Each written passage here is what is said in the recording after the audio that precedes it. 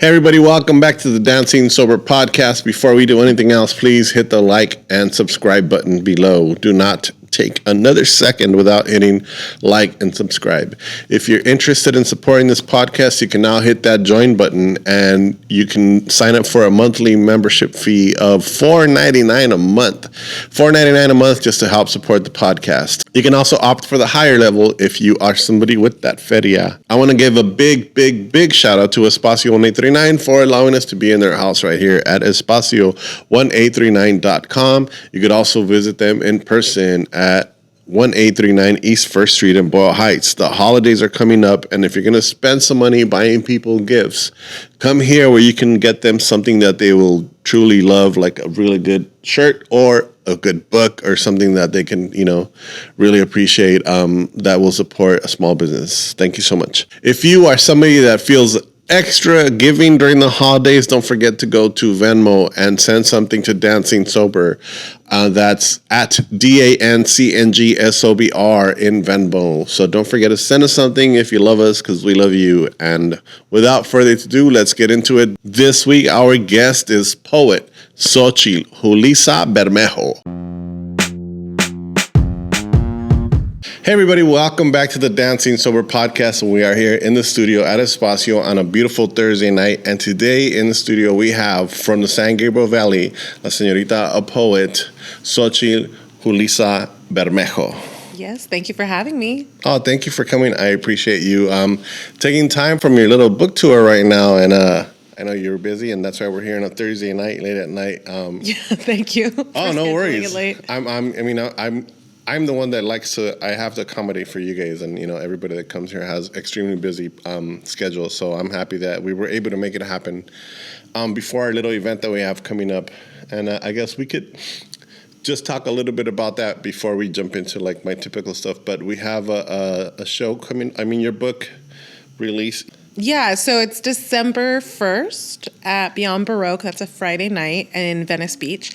And so, yeah, it's for my book, and they were really excited to do something for my book, but I also wanted to bring in other artists, and you had invited me to be a part of this video poem through the Music Center, and it was 2020, and we collaborated with 4 other poets, and we created this, it was your photographs, and you edited the film, and it was our poems, 5 poets, your photographs, and then I forgot who the music was by. My friend Edika. Oh, yeah. Edika Organista. So it was in 2020, so you made this beautiful film. We were all participating in it, but we didn't get to do anything with it because of when it happened.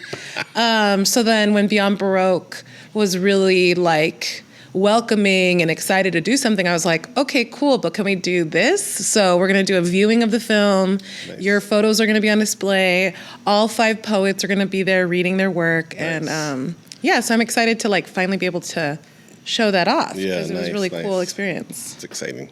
So what we like to do here on this podcast is go back to the origin stories of how, Xochitl became the poet. So, but we like to start from where were you born and what kind of a childhood you had and stuff like that. So I was born at the Kaiser on Sunset. Oh. So I was born here in LA, and I grew up in San Gabriel. And there's a poem in my book about my birth story, because so one of the things is that my name is Xochitl-Julisa. I have 2 first names. And my dad always loved the name Xochitl, but my mom didn't. She was like, that's a crazy name. And I have 3 older brothers. So the story, one of the parts of my birth story is that it took having 3 boys before she kind of came around to the name Xochitl. And then on top of that, I have 2 first names. So Julisa is for the Mexican actress personality Julisa. And she loved that actress. And I think also that my parents are both kind of hard-headed, so they both shared. They were like, no one's going to be middle name. We're just going to have 2 first names. So that's how I became Xochitl-Julisa. So I love having the name Xochitl because of the Mexican heritage and Nahuatl and flowers, which I think is very poetic. Yeah. And then I love that I also have this performer's name. And so I think that's important part of my origin is that I have these 2 parts of me, and then also these parents who are hard-headed, and that's part of me too. Are your parents first generation or? Yeah, my parents both were children immigrants. So my mom, she was she was brought here as a baby, and so she was undocumented. Didn't know she was undocumented till she was like 12 or 13, sometime in middle school, junior high. Yeah. And then did work to like find her papers and stuff at that time. She always thought that maybe her father was married to someone else. Like, she doesn't really know the whole story of why. Yeah. That maybe he was already married, or there's something that happened, like why why it took so long to like figure out like how to get her papers and stuff. And then my dad came when he was in high school, when he was a teenager, like young teenager, and he's the oldest of 7. So, well, at that time there was 4 of them. And his youngest sister at that time had polio, and they came from Teocatiche, Jalisco. 60s? This was 57 or something. And then, my grandfather was already here in LA working. That story is that, he had his wife and his children back in Teocatiche, and that his mother was like, yo, I'm not taking care of your kids anymore. You better get them over there. You got to take them with you. So the 5 of them, the 4 kids and my grandmother, then traveled through to Tijuana and LA to meet with my grandfather.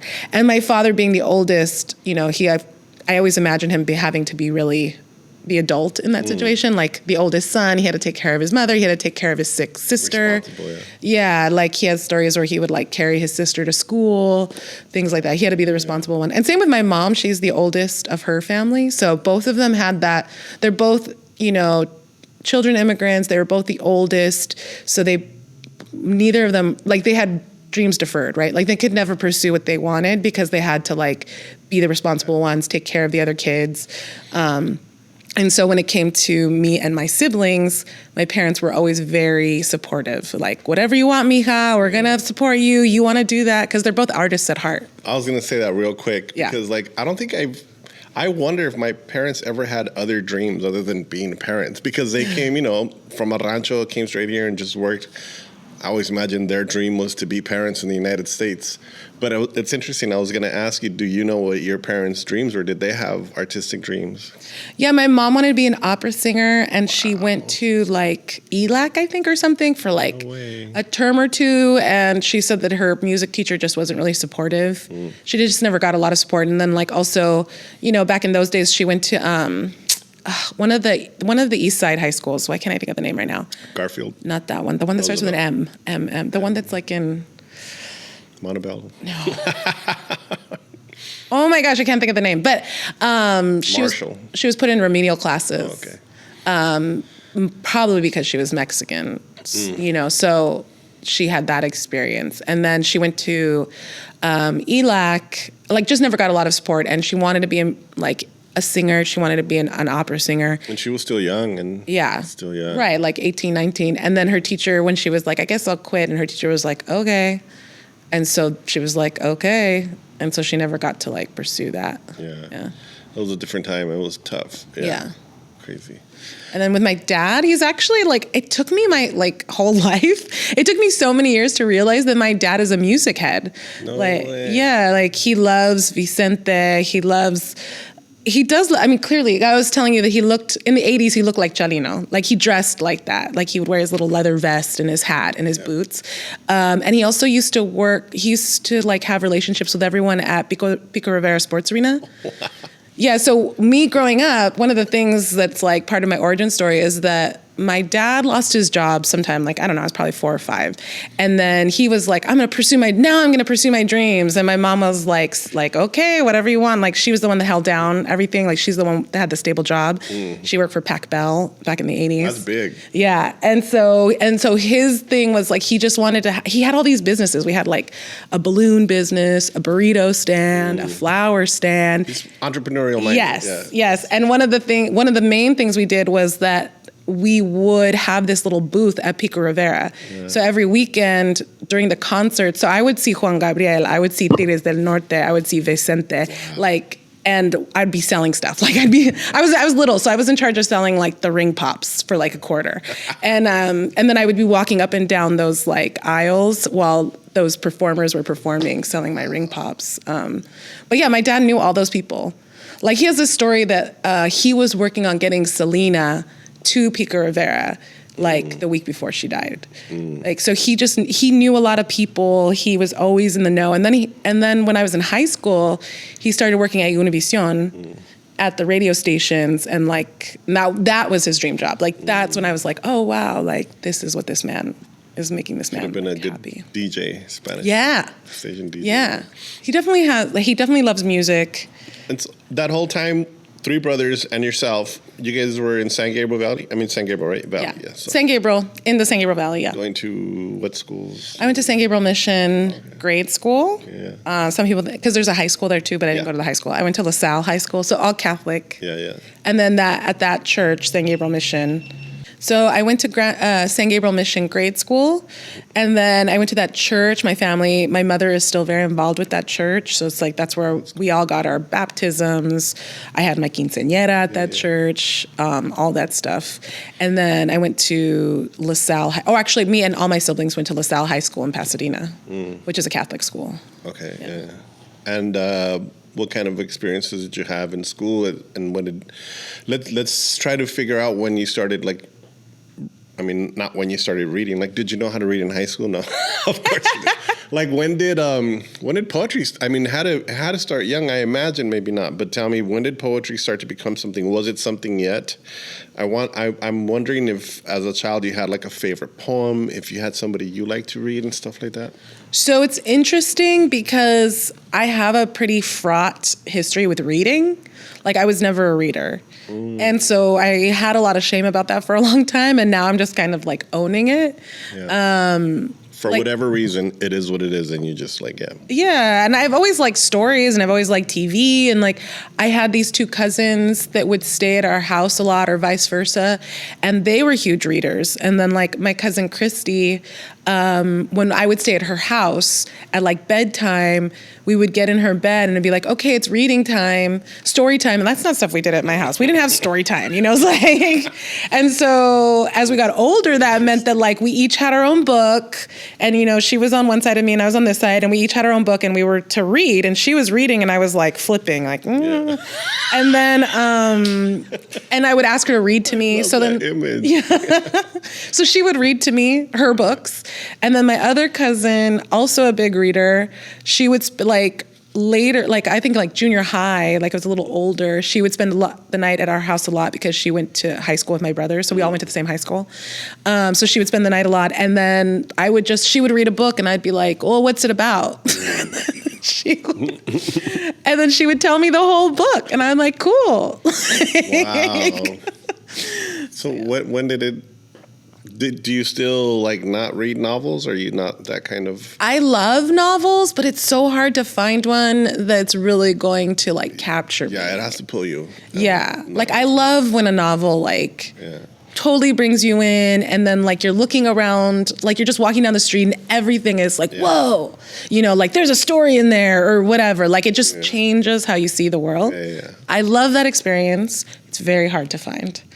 But yeah, so of course I read, but I'm a writer and it's work. So as a child, did you have, or as a young teen, did you have a favorite or not yet? Favorite book? Yeah. The first book that I remember loving was Island of the Blue Dolphin. Okay. But no, I mean, and then there was in the Book It program. So like in the 80s, early 90s, I would read just to get points, just to be able to like go up and get the like little bookmark. Did you actually read them, or did you? No, I read them, yeah. Okay. But then also like, so that was like junior high. But then in high school, like I loved listening to the discussions. Like I loved English class. I loved writing in English class, and I loved the discussions in English class. And so I would listen, not having read the books, and I would listen to everybody, and then I'd raise my hand and be like, you know, I really think that yellow flower means this. And my teacher would be like, yes. I'm like, never read it, but I'm just listening to everyone and then like making my own little, you know, interpretations, and I'd get A's on my tests. That's good. That's really good. Yeah. I love that.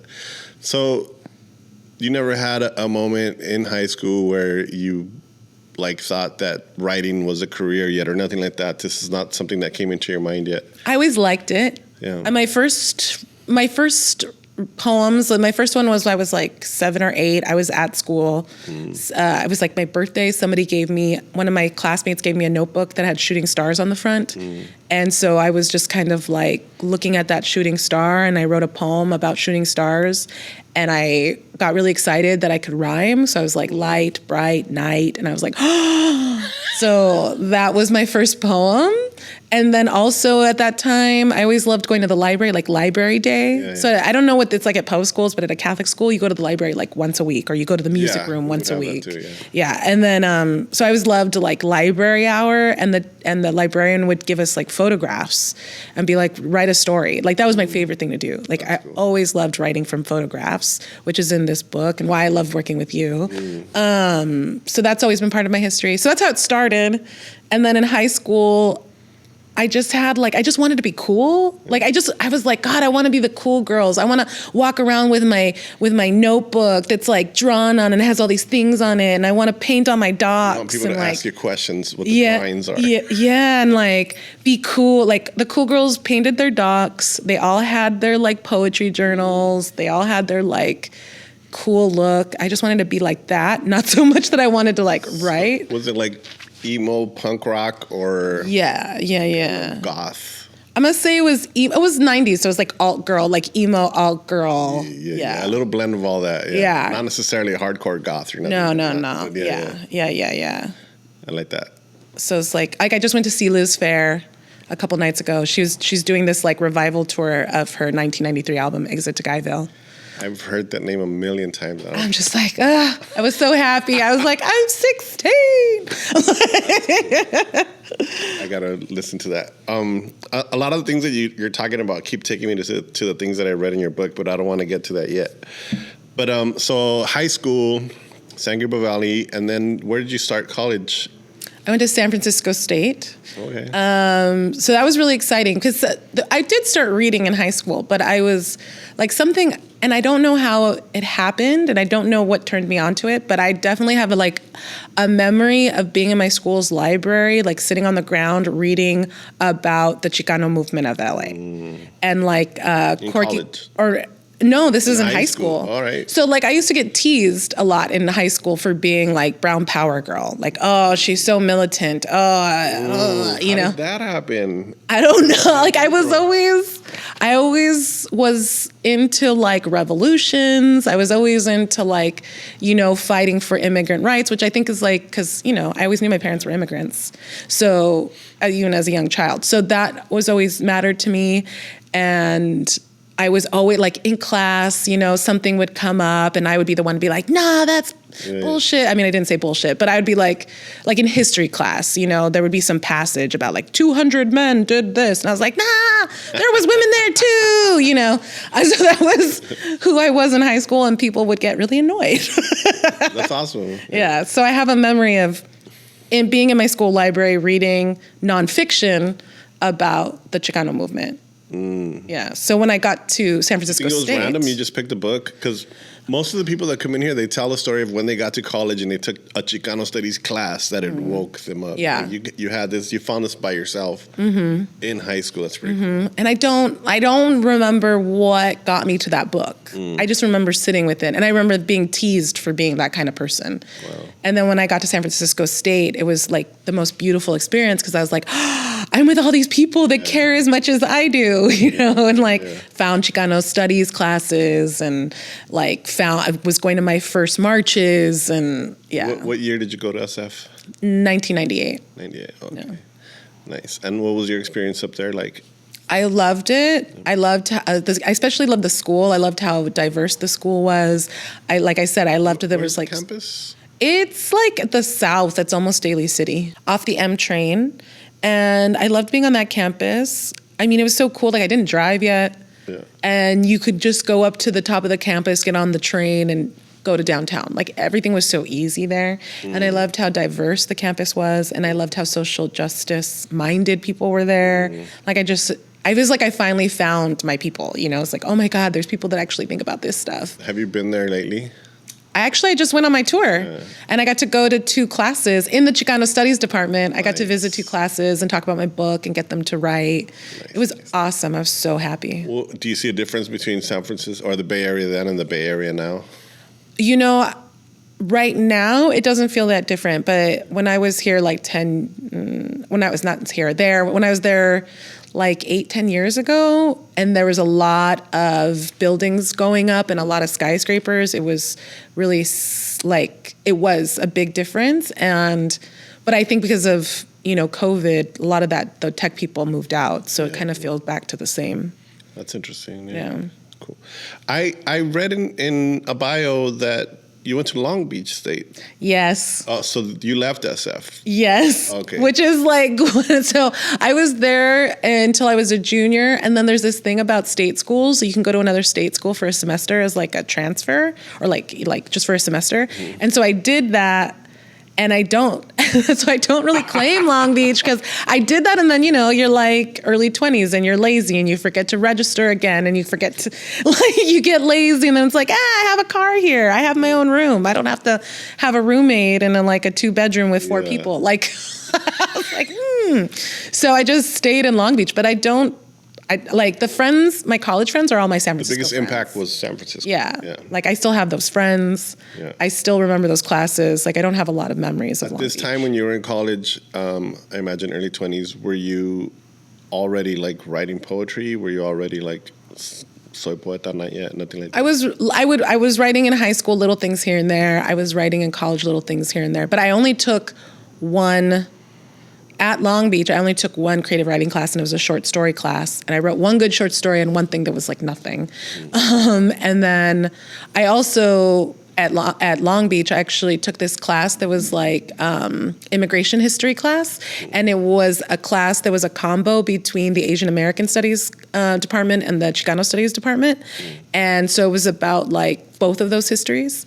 And that is actually one of the things that led to me being the poet I am now, because in that class I learned about Angel Island off of San Francisco and the poetry that was written and graffitied on the walls by the detained people. Yeah, so during the Chinese Exclusion Act, the first part of the 1900s, it's kind of like the Ellis Island of the West, except that Ellis Island was welcoming people from Europe, and Angel Island off of San Francisco was being used to detain Asian immigrants. Wow. Yeah, so people could get stuck there for a month, years, and in the barracks, you can see all their poems that they were writing while they were detained. And that was huge to me because it was joining my passion for social justice and my passion for poetry, and it found this one place where they both lived. Wow. So that was a big deal to me. So you did that, and then you came back to Long Beach, LA, and you finished just the last year here or 2 years here? I basically, it took me 5 years to graduate with my BA, and I did 2.5 years in San Francisco and 2 years in Long Beach. I spent a semester at City because, again, I was doing dumb things and forgetting to register and stuff like that. Young. So then I was just I guess I'll just go to City for a semester with the bunnies. I don't know if you've ever been to Long Beach City, but there's bunnies there. That's crazy. So, yeah, but at Long Beach, I guess I shouldn't be so mean to Long Beach because... No, Long Beach is a great college. It is. Yeah. And it was also, like I said, it was where that big realization happened, where I saw that there was a through line between these two things that I had a passion for. So, yeah. So that's when you started to write, or not yet? I took a class. BA in? Theater. Oh, okay. Yeah, so I was doing theater. Were you acting? When people would let me, I wasn't very good. Writing, acting or writing? No, I was, at San Francisco State, I was doing a lot of backstage stuff. Okay. I think if I had stayed there, I probably would now be a stage manager. I was really enjoying that. I was doing assistant stage managing. I stage managed a student show. I was really loving that work. Yeah. It's a fun environment. Yeah. I love doing backstage stuff. I feel useful. It's cool to build stuff. It's not anything anyone's going to use and you tear it down in a week, but it's cool. So yeah, and then I was acting, but I wasn't good at it. I didn't realize I wasn't good at it till after I graduated. I was just kind of I started acting in theater when I was in junior high. And then, No way. yeah, and then in high school is where I met all my friends. Yeah. So then when I got to college, I was like, I guess I'll just keep doing this. Because like my parents were always like, you have to go to college, you have to go to college, you have to go to college. But they didn't know what to do there. Yeah, or they didn't know what to help you decide. How to help me. Yeah, so it was like, picking a major was like the scariest thing to me. I was like, I don't know, I'll just stick to what I know. I'll just do theater. I just know it. Yeah. So it wasn't like I had like these big, like, I didn't have any, I didn't have any big aspirations. I didn't think I was going to be famous. I was just like, well, it's what I know. And I'll just keep doing it. I'll get a job in this. Yeah. Well, yeah. And then like a couple months after I graduated, I went to a couple of auditions and I was like, oh my God, I really suck. Like, this is not a good idea. I'm sure it wasn't that bad, but it sounds fun. Yeah, so I gave it up and then I started teaching high school. Oh, that's cool. Yeah. Which is what a lot of theater graduates end up doing. And I would direct the play. I mean, I loved that stuff. Like, again, I love the backstage stuff. I love directing. Yeah, it's a lot of fun. Yeah. That's cool. Yeah. I didn't know you had a theater background. That's awesome. Yeah. What was your favorite play, if you can remember one? Like being in or directing or reading? Memories. Cabaret. For a musical, Cabaret. Musical stuff, yeah. Yeah, I loved. I only did like backstage stuff, and it was at San Francisco State. But I loved that show. It was also like one of the first musicals I ever saw. Yeah. So that was really cool. It does have one of my favorite songs. What's that? What is that really sad? Maybe This Time. Oh yeah, by Sally Bowles' song. Really depressing, sad song that just like weighs you down. Yeah, you don't want to stand up after it. So even though she's like belting it at the top. That is a good one. That's a good one when you're down. You just belt it out. Yeah, it's one of those. Échame otra tequila. So that's interesting. Okay. So like I always try to do like all these connections, and I like that when you were young, you're listening in class and you're like making your own like interpretations of things. You're seeing colors, you're seeing what they're saying, and trying to like figure out the imagery. And obviously, I think theater made a lot of who you are and how you see things and how you experience things and how you even read things and also interpret things. That's what it did to me, and I always credit theater even for my photography and how I frame things like a stage sometimes. Yeah. So now I'm wondering like when it hit you that all right. Oh wait, you still went to more school after Long Beach. Well, I started teaching full time, and I was doing theater. And I totally agree with you. Theater comes back in so many ways. Yeah. All the time, there's something, and especially with my poetry, it's like, oh, it's like this. Oh, it's this voice. Oh, it's this thing. And I'm always interpreting my poetry or what I'm reading in theater like terms. Yeah. So it sticks with you. But I was teaching full time at a high school in Arcadia. And I just didn't feel like I knew enough. Like I was so young. I was 23. I was teaching 17, 18-year-olds. And I was like, you already had all this experience. So that's a lot of experience for a 23-year-old. And I was like, but I'm like them. Like I just felt like I didn't know enough. I didn't have that much. I felt like I wasn't done learning really. And so at like 26, I took a poetry class at Pasadena City College. So that's when I was like, okay, I feel like I should learn something more. I feel like I have not done learning. Well, I've always wanted to be a writer. I've always liked it. Like, I know I'm not going to act, so let's go into that. And so I took a poetry class at PCC, and my whole goal was like, I'll write some new poems, I'll use it in an application, I'll get the teacher to write a letter, and that's what happened. And then like the first school I applied to, which was on a list of grad schools, and it was Antioch, it had an A. And then I saw Los Angeles. I was like, cool. Perfect. Yeah. So the first school I applied to, I got in, and I felt like, okay, I'm onto something. Like I'm supposed to be doing this. Where is Antioch? It's in Culver City. Oh, okay. Yeah. So Is that also a Catholic school? No, it's a private school, and well, it has its origins at the Antioch University in Yellow Springs, which has a long history that I'm not remembering right now. But there's also these like satellite campuses. So there's this campus in Culver City, and their biggest Their biggest program is, I think, like psychology. And a lot of the classes are online. So it's a place where a lot of like returning people go, or people who are working full time and want to go back for their education. A lot of full time working people, a lot of older students. So I was 26, and they have an FFA, a Master's in Fine Arts program in poetry. And I was 26, and I applied, and I got in. Yeah. And I was like, okay. So that's how it started. I was just like, I wanted to learn more of something, and that's always been a passion of mine. So when you started writing, did you immediately start going to poetry nights and reading in public? Yeah, because I think one of the goals was not just to write. Is I still was thinking about that 16-year-old girl who wanted to like paint on her docs and like be cool.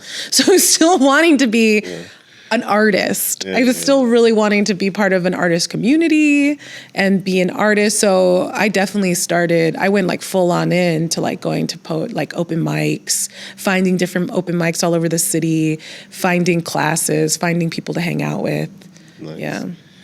How does, I mean, the simplest way to put it is, how does one become a poet in LA? Like, is that the simplest route? Like, you know, going to these poetry nights, finding things like that? What would you recommend somebody young who's thinking of this, who's in the same docs without, you know? Right. So I feel like the way I became a poet and figured out how to be part of a poetry community was going to grad school, but I wouldn't recommend that because it's really expensive. Yeah. I'm still paying it off, and it was over 10 years ago. So like somebody who's interested in poetry, find some open mics. I mean, Espacio has events. Like, find a spot that's going to have your gente and be a regular. Like, I've heard people talk about it like it could be like like you're being a regular at a bar, right? Like, you go enough times and everyone, all of a sudden, your norm. Everyone knows your name. So poetry readings are like that too. Series are Everyone like gets to know your name, and they get to know your style, and they get to expect, like, you know, they feel your flow. Yeah. Now, you did mention that don't go to grad school, but I do wonder, like, what did grad school do for your writing? So I always liked writing, but I also wasn't a big reader. I wasn't writing regularly. So all I knew was that I wanted to be a poet, and I wanted to be part of an artist community. I wanted to be an artist, preferably a poet, and be a part of a community. And so when I went to grad school, like, that's what I got. Like, I didn't know anything. So I got like a total primer education. I was finally reading and learning. I think one of the things grad school taught me is like how to read as an artist, right? So it's like you're pulling things, you're looking for patterns, you're looking for food, material. Themes, blocks, yeah. Sequences. Yeah. And I also think like I'm my most creative when I'm reading more, because I'm feeding my brain a bunch of ideas, so that's what you said earlier about walking and seeing like the story and everything really like reminded me of when I was reading a lot. So you start writing, you start doing all these nights, and tell us a little bit about how that experience helped you grow as an artist, as a person, or tell us what it did for you. Well, I did grad school, and I basically learned how to read like an artist, and I learned like the words, all the lexicon of being a poet, like the different names of poems and the different, like structure. End stop and, whatever, stuff like that, right? The fancy words. So I learned how to use those. And then I got out of grad school, but I didn't really start becoming a poet till after grad school. Like, it gave me that foundation and okay, now I know this stuff, but I didn't really start exploring my work and figuring out who I was as a poet until like a few years later, because I had to like first learn that stuff and then go off and like figure some stuff out. Play with it a little, write a lot. Yeah. How many poems have you thrown away? Oh, I don't know. So many. Yeah.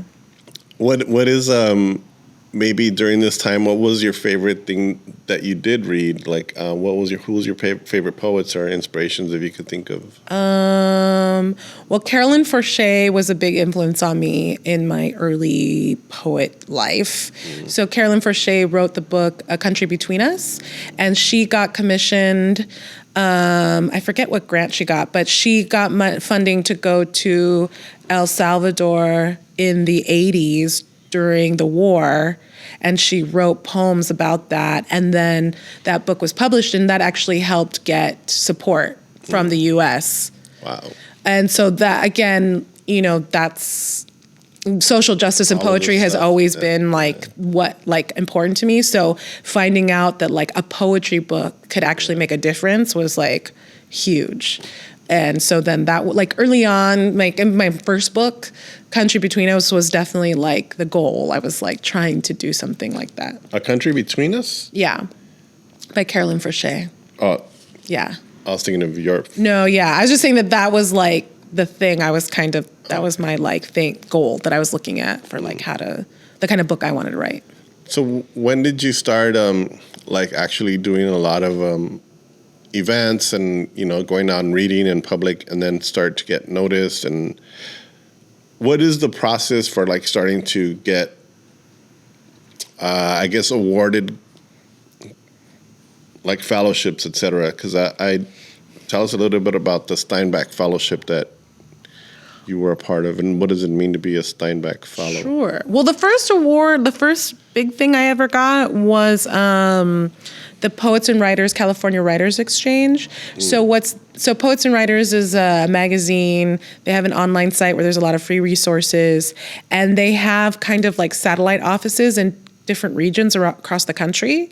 And they used to do this thing called the Poets and Writers California Writers Exchange. And every year in California, they had enough funding to pick two people, a prose writer and a poet, and they flew them to New York for a week to meet like agents and fancy poets and get into like go to publishers, and you know, I got to go into the New Yorker offices, things like that.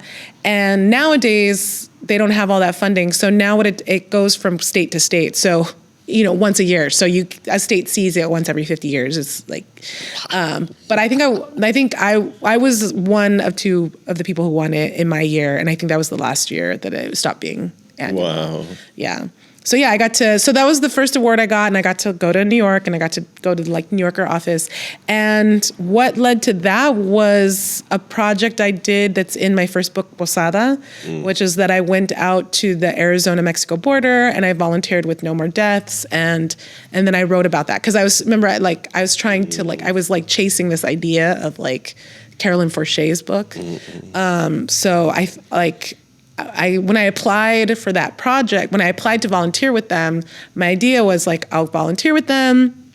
And then University of Arizona has like a little fellowship in the summer where you can stay at their like poet house for 2 weeks. So I was like, okay, I'll volunteer with No More Deaths, and then I'll get into this fellowship with the University of Arizona, and I'll write about everything I saw. And then that's going to be my project. I didn't get that fellowship. Like that didn't happen. I was going to say, is it that easy? No. I was going to say, because it sounds like, well, I'm going to do this and I'm going to do that. But how difficult is it to actually like get these fellowships? Yeah. So their fellowships and residencies and grants. They're so hard to win. So I didn't get that one, but I still was like, okay, I ended up raising money. I think I was like, I raised money on my own, and I told people, like, if you give me so much money, I'll send you a poem from the desert or something like that. Awesome, yeah. And then I used that funding to get myself like a little hostel in Tucson for a week. But it was funny because then I went and did the volunteering. It was very difficult, very scary, very dangerous. Wow. And then I went to the hostel, and all I did was watch like Real Housewives of New York for a week, because I was like, I just need to like sit here and watch trash and eat like hamburgers. Like that's all I wanted to do. So yeah, but then after like 6 months, I was able to start processing that experience. And so what won me that trip to New York was those poems. Okay. So I felt good about those poems. And contests and fellowships and residencies, all of those, you have like less than a 0.1% chance of winning. Like the odds are terrible. The amount of people that apply for... Yeah, like 1,000 people applied for that. Yeah. You know, and I was one of two of the winners. So those odds are terrible. So I want to go back a little bit to when you wrote these pieces. And I mean, you have just gone through like this experience of volunteering in these dangerous places and then writing. Is there a way that you can tell us a little bit about your process of like letting all those things out on paper? Well, one, it took a lot of Real Housewives of New York City. Because it was a You very... need to be comforted. Yeah. Comfort. I needed to be comforted first, and I needed to just let myself process, because it was a very traumatic experience, actually. And then I said it took like 6 months before I actually wrote a poem about being out there, and then it became about finding forms. Like finding forms and rules and basically like filters, some way to filter what I happened or what I saw into something different. So I didn't have to That's interesting. Yeah. So like you would see the outline first and then fill the spaces to help you process it. Yeah. So I would find like one poem I wrote as a villanelle, which is like a repetitive form, and it has like 3 lines and they repeat. And so it was like, okay, I'm going to write about this really awful thing that happens in the desert, but I'm going to put it into this pretty thing. Yeah. And then I'm just going to focus on the rules of the pretty thing. And like, I had to do stuff like that. Interesting. Yeah, I like that. Ooh. Yeah. I mean, that's a good insight. That's a really good insight to like how to get through things, even for somebody who's not trying to be a poet, who's just trying to get past something, like figure out a structure and write the things out just to help you like, exercise it, right? Mm-hmm. Gregory Orr has this great book, A Poetry of Survival. It's one of the ones I always go back to. And he talks a lot about how like trauma creates chaos. And so like all of us throughout our day, we're trying to predict what's going to happen. And then when something traumatic happens, it totally disrupts all of that and creates chaos. So then the poems, or a poem, is like one way to kind of like take back ownership, reorder things, put things down in an order and a structure. It like helps with working through that experience. So we started off this whole like thread of conversation by me bringing up the Steinbeck fellow. What was that whole thing about? And I only keep bringing it up because I was a huge Steinbeck fan when I was reading a lot of stuff. So I'm just then you'll like this story. Yeah, let's hear about it. So when I was teaching high school, I was teaching Of Mice and Men every year, and I really liked the book. I really think it's a beautiful book. It reads like a play, which I always liked reading plays because they were easy to read because of the way they're broken up on a page. Get through them so fast. Yeah, and also Of Mice and Men is a little baby book. So I would teach that every year to my students, but I would always get mad at one, that there's no Mexicans in it, and we're like Central Valley, California. And then 2, the woman in the book has no name. It's Curly's wife is her name. Wow. And, she's killed at the end. She's basically used as like a prop, a plot tool so that like what happens between the 2 guys, right? So I would get really mad about that every year. And I had this idea that I wanted to write her story and I wanted to tell her story. Wow. Yeah. And 8 years later, I'm still trying because I'm not a novelist, because that's not what I do. And it's very hard for me. And, but every year it gets better because I keep working on it.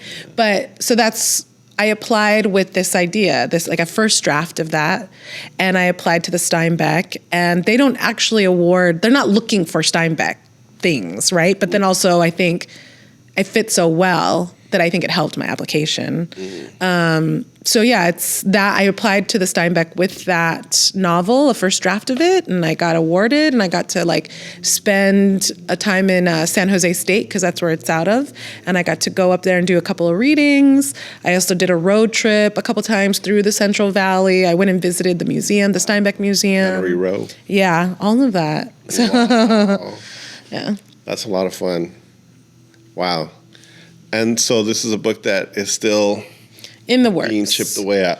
Yeah, because it's a bigger idea than I knew what to do. I have this beautiful idea, and it in my mind, because I'm very much a movie watcher. Like I can see the grandness of the film, kind of, and I hope to one day see it become a film. With the tiny bit that you told me, I see the grandness. Right. Yeah. So it's huge, though. It's the 30s. It's Central California. It's big. My character is obsessed with Hollywood.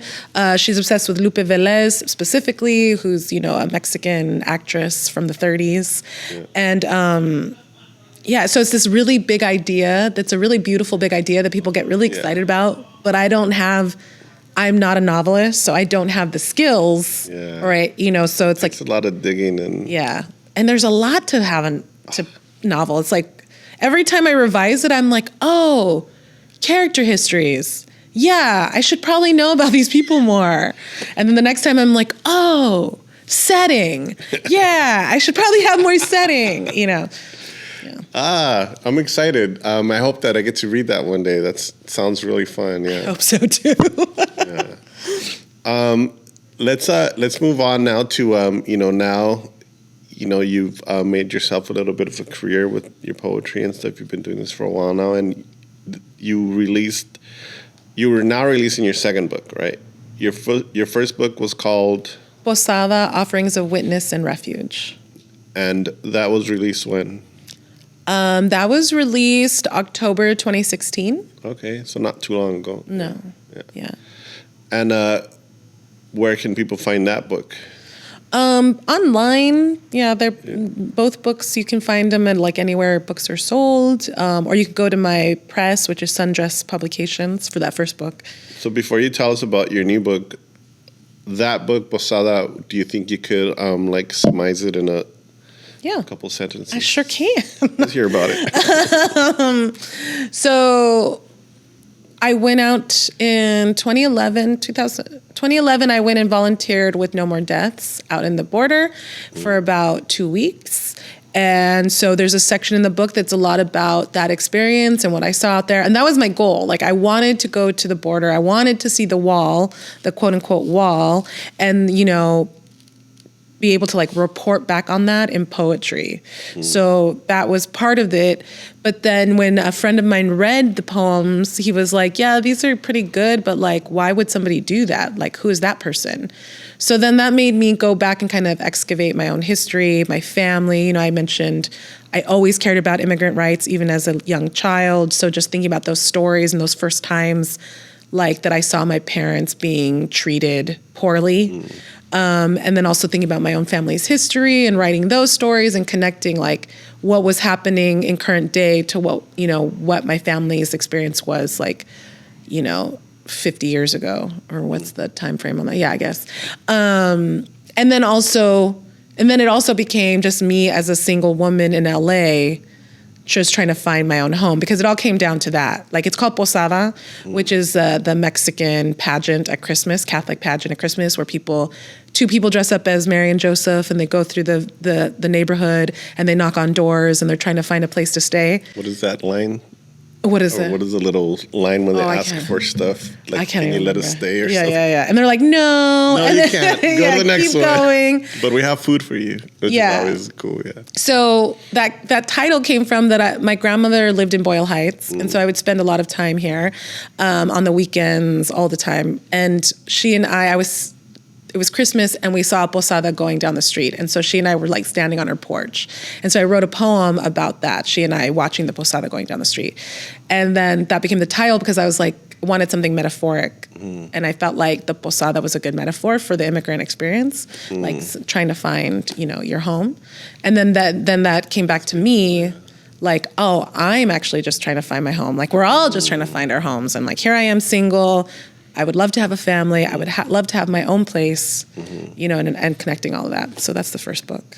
Beautiful. Yeah. I love that.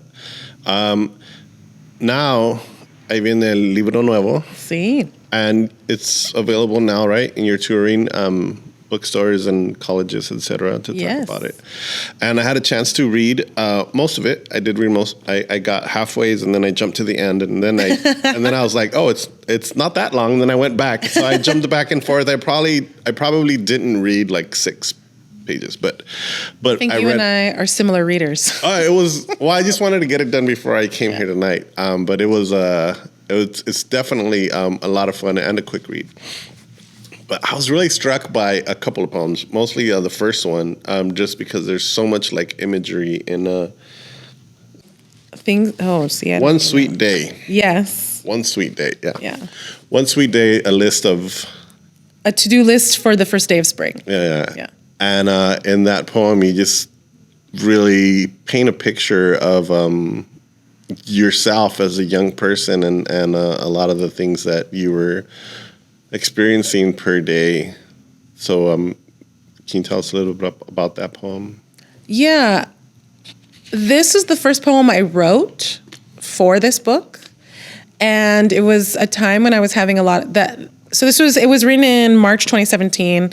The first book came out in October 2016. Trump got elected. I actually had done a little book tour then too. And the first day I was at San Francisco State in a classroom was the night of the election. So like, what a way to start a tour. Wow. And so then now, we're in the spring and Trump is now president. And so I was just dealing with a lot of, I think because of the state of the world, but then also I had a lot of anxiety around the book because I felt, now looking back, I think I was trying so hard to be that Carolyn Forche thing and trying so hard to say something important that I really pushed myself to be very vulnerable in a way I don't think I was really ready for. So when the book came out, I was like, oh my God, everyone's going to know everything about me. And I just freaked out. And I was like, everyone's going to know what a loser I am. And I stopped eating. I had every single day I woke up feeling sick. I was just ready to throw up every single morning. And so this poem was the first thing I wrote, and it's about that anxiety and dealing with anxiety, but it was also what taught me that I didn't have to be Carolyn Forche. And I could stop trying to be her, and I could just be myself, and I didn't have to push myself to be something important. I could just be me. And so the poem is just one day in my life. And I was like, oh, a poem can just be a moment in time. And that's okay. That's enough. So that's, yeah. Yeah, it's a beautiful piece. I love it. Thank you. So the book is written in parts. And part one is a lot of you and the youth. Maybe I'm making it too simple, but then, and I know that the second part has a lot to do with the Gettysburg National Park, and you had also some kind of fellowship there or something with the National Parks Association. Can you share with us a little bit about that? Yeah, so I always have had on my bucket list to write at a national park, but in my mind I was thinking Yosemite. Yeah. And this thing came across my desk and people were like, hey, did you see that you can write at a national park? And I was like, cool, I want to write at a national park. How about Gettysburg? Yeah, so I applied. And not really thinking, all I thought was national park. I didn't realize there was a huge difference between historical park and natural park. Yeah. I also, as a Chicana from LA, I also had no reference for what it would look like to be at Gettysburg at a Civil War site with reenactors and all that kind of sort of thing. There's a line in there that you said, and I'm paraphrasing or whatever, but I'm trying to remember. You said something like, why do people want to celebrate war like this? Yeah. It's such, why do you want to remember it this way? Or something like that you said that really was true. Why, Yeah. And so you were there having to be. Yeah, in this place that this huge glorification of war, reenactors, you'd go to a bar and you'd be sitting next to a reenactor. Okay. Wow. I don't understand. The other thing is a lot of your work is reporting kind of, right?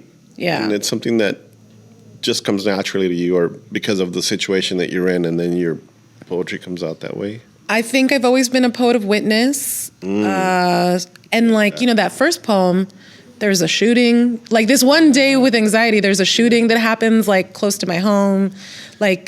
Nowadays, it's we just have to live through one day and we're witnessing so much, So you don't have to try. I don't feel like anyone has to try that hard to be a witness, to be a witness of what's going on. It really sets that place, the first one. Yeah.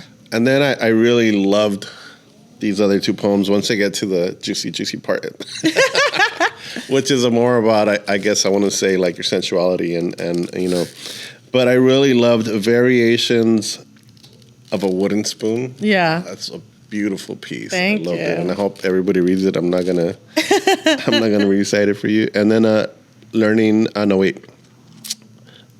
not your torta. Yes. Beautiful pieces. I gotta give you Big ups on those two pieces. Yeah, those are like pieces that wouldn't let me go. Like just like, oh, I love this. Yeah. Beautifully put, and beautiful imagery and everything. Yeah, gorgeous pieces. Can you share with us a little bit about your experience about writing that part of yourself and sharing also like the vulnerabilities of like sharing, these things and with the world, pretty much. Yeah. I don't remember. I don't remember when I picked it up, but Bell Hooks, All About Love, was definitely a big influence on that section. I know I sat over there. I read that book, and in the very beginning, she's like, "Men write about love all the time. Nobody tells them anything. No one tells them they're not allowed. No one tells them they're not experts. Like, you're an expert. Yeah. You're allowed to write about love. Do it." And I was like, "Oh, okay." And I've been writing love poems since I was like 13 or whatever, probably earlier than that. So I just listened to Bell Hooks and leaned into that. And then I also read Audre Lorde's Uses of the Erotic and talking about how like we need to own our emotions, we need to own our body, we need to own our pleasure. It's powerful. It has a power. So those things were like big influences on those two poems that you mentioned. And it wasn't easy. It's still not, even though I was pushing myself and I had, like, that was my goal. Like, I'm going to write a love poem and I'm not going to let anyone tell me. Figuring out where to put them in the book was, like, hard because I was like, if I leave it for the end, the beginning is more like social justice poems and, like, these memorial poems. And then the middle is Gettysburg, that crazy experience. Yeah. And then the end, I'm like, well, who's going to wait till the end? And they're going to be like, who cares about this chick? Like, I don't care, So it was hard. And my publisher had to be like, no, this is good because then we get to know you. And I'm like, okay. Yeah, I think it is interesting to like read all that and then get to the final part and have all these but yeah, beautiful stuff. It was hard. It was a difficult choice to say like, okay, I'm going to end with all these like sex and romance poems. But it kind of makes sense, I guess, because in the end, it's just you and yourself and your thoughts, even after all these experiences that you've gone through. So. Yeah. But yeah, those felt to me like very, very vulnerable and very raw and just like you're giving, right? You're giving so much of yourself in those pieces. So yeah. Thank you. And I did write down one more thing here, which was learning to hustle. That's like near the end, right? No, that's in the learning the hustle. So it's about selling. It's that story I told you about being at Pico Rivera. Yeah, that's pretty amazing. Yeah, I was reading to that one, going like, wow, yeah, what an experience like to be that young and have to deal with like selling stuff at the Rose Bowl or at the Pico Rivera Sports Arena and dealing with the family stuff and then like, is this illegal? Right. Yeah. Oh, that was a lot of fun to read. Yeah. That was good stuff. Yeah, because my uncle has, and it's in one of the poems, like probably the oldest Mexican-American-owned silkscreen business. He bought it, the silkscreen business, in his daughter's age. He bought it in like 76 or something, 74.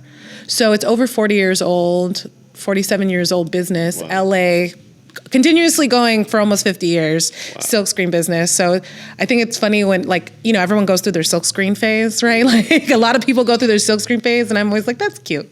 I don't know.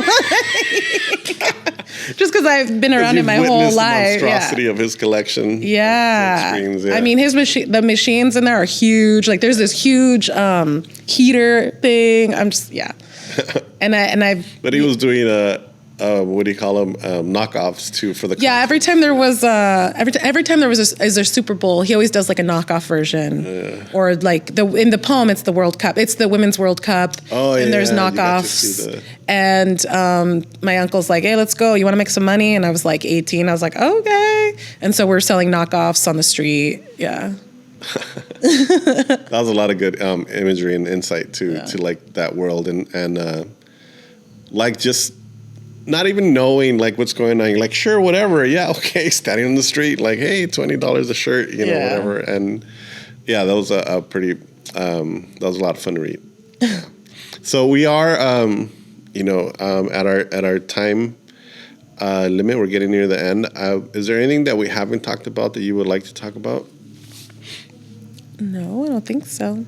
Well, let's mention where people can get the book and how they can find you. Yeah, so Incantation, Love Poems for Battle Sites is my new book. And again, you can order it where all books are sold. But I encourage you to go to indie bookstores like Libromobile in Santa Ana. They have an online site. They actually did my pre-orders. It was awesome. We had a little dance party to celebrate. Also, you can find me on Instagram at Xochitl-Julisa. Everything is at Xochitl-Julisa. My Instagram, my website, my email, all at Xochitl-Julisa. So yeah, find me, message me, say hello.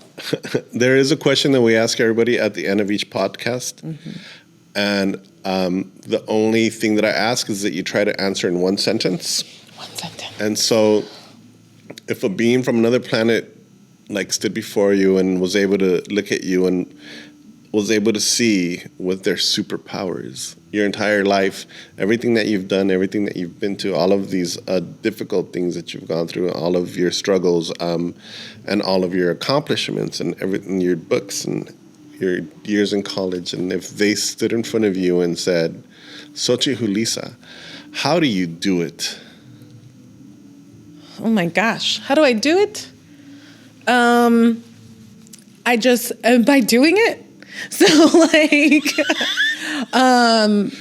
the Arizona project, going on the border, going to Gettysburg, I didn't know what I was getting myself into until I did it. So that's who I am. I just move through and experience and try to stay open. So you do it by doing it. By doing it. That's the answer. All right. Thank you so much. I appreciate you spending time with us. And we'll see you guys next week.